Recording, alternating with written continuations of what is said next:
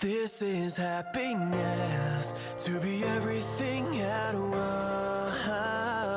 Be unblinded, be unlearned, be unbridled and unburned.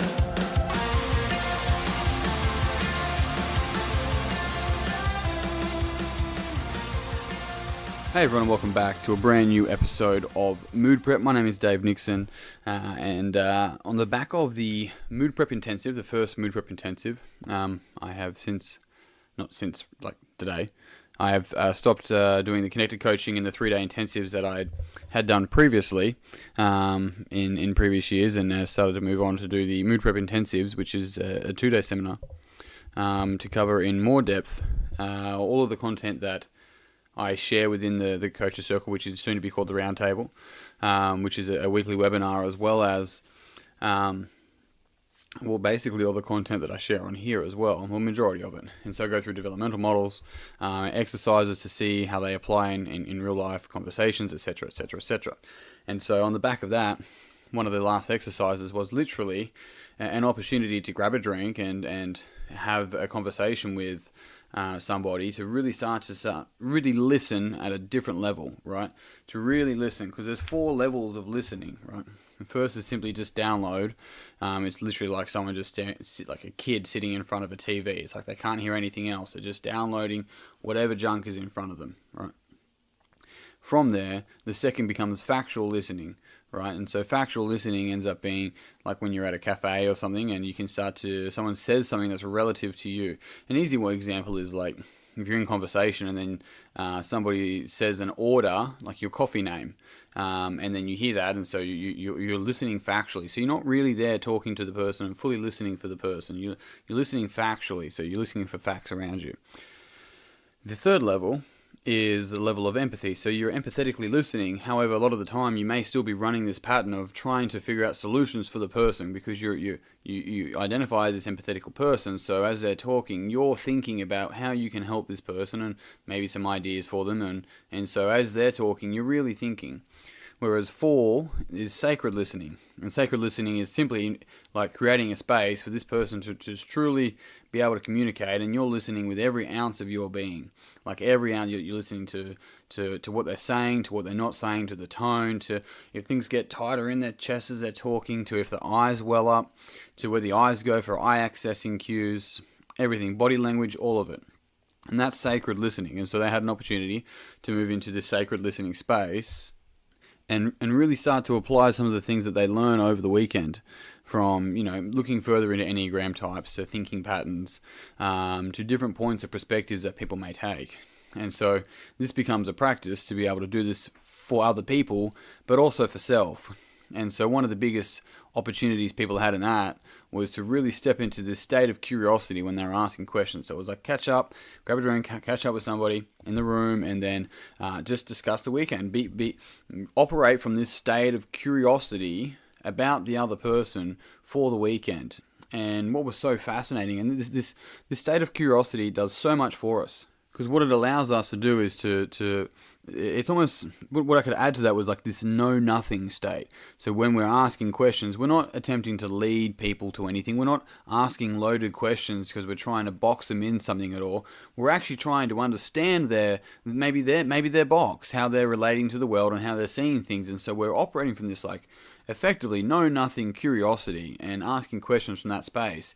And all of a sudden, somebody can, like any, let's say, beige, plain vanilla person becomes so interesting because we're able to actually operate from a completely different space that maybe this person doesn't have anything to share, or maybe I'm not a good leader, and all these sorts of other frames that may be operating that's not really resourceful for this conversation, to be there in service for a sacred space with the other person. And this state of curiosity, especially like I said, a know-nothing curiosity, really allows you, it does allow you, anyone that is doing it, to really be there and see what comes up for the other person. And all of a sudden, there's no expectations, there's no there's no sort of presupposed beliefs about somebody. It's like every single thing that comes up is absolutely in awe. And then what happens is that because now we don't have any presuppositions or expectations, we haven't framed our questions. We're actually able to ask a question, a curious, know-nothing question, about their answer to our previous curious, know-nothing answer.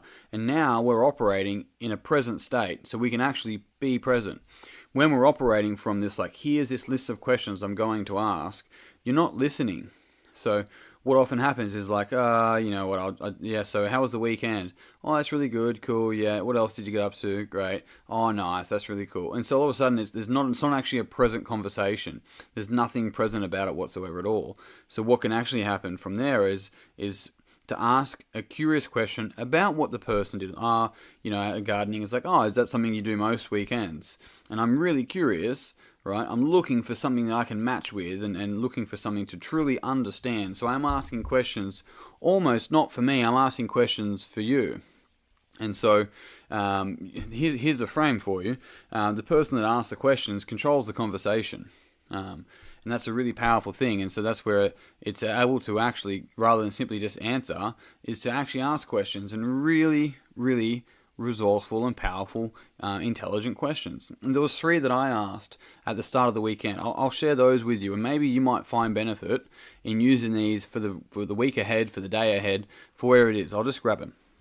So these questions were relevant, like I mentioned, for the weekend. However, I could imagine that you can gain, maybe even with a slight shift in wording, gain relevance for whatever your week is, for maybe something that you do that's learning based, maybe something that you do first thing in the morning before you listen to this podcast, or maybe for some sort of training.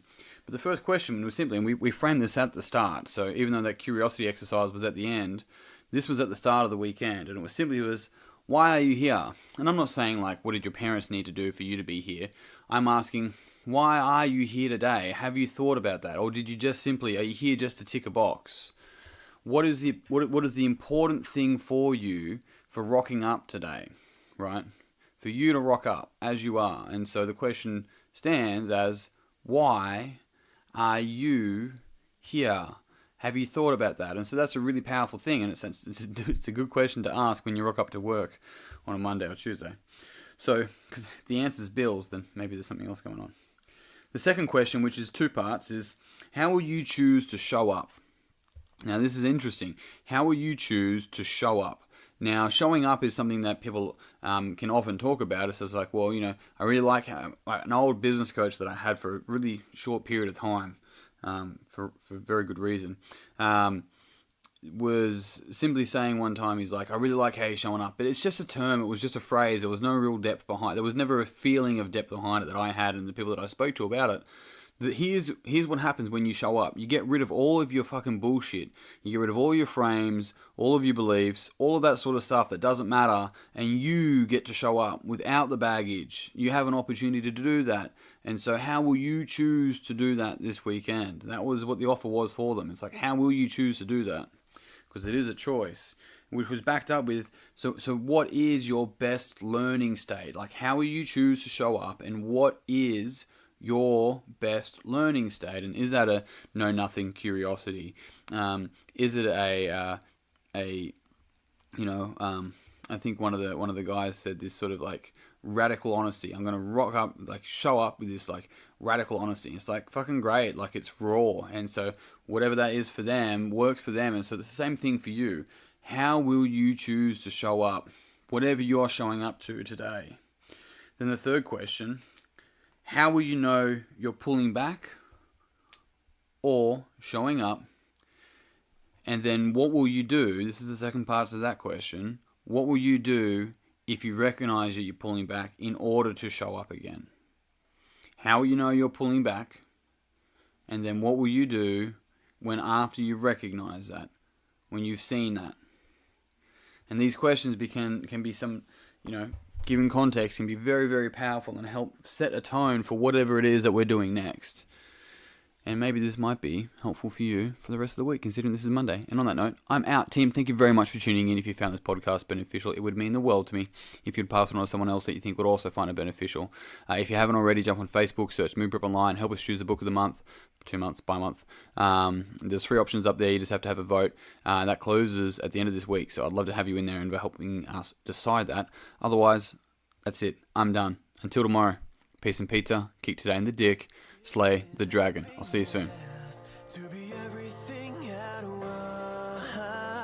once. Be unblinded, be unlearned, be unbridled and unburned.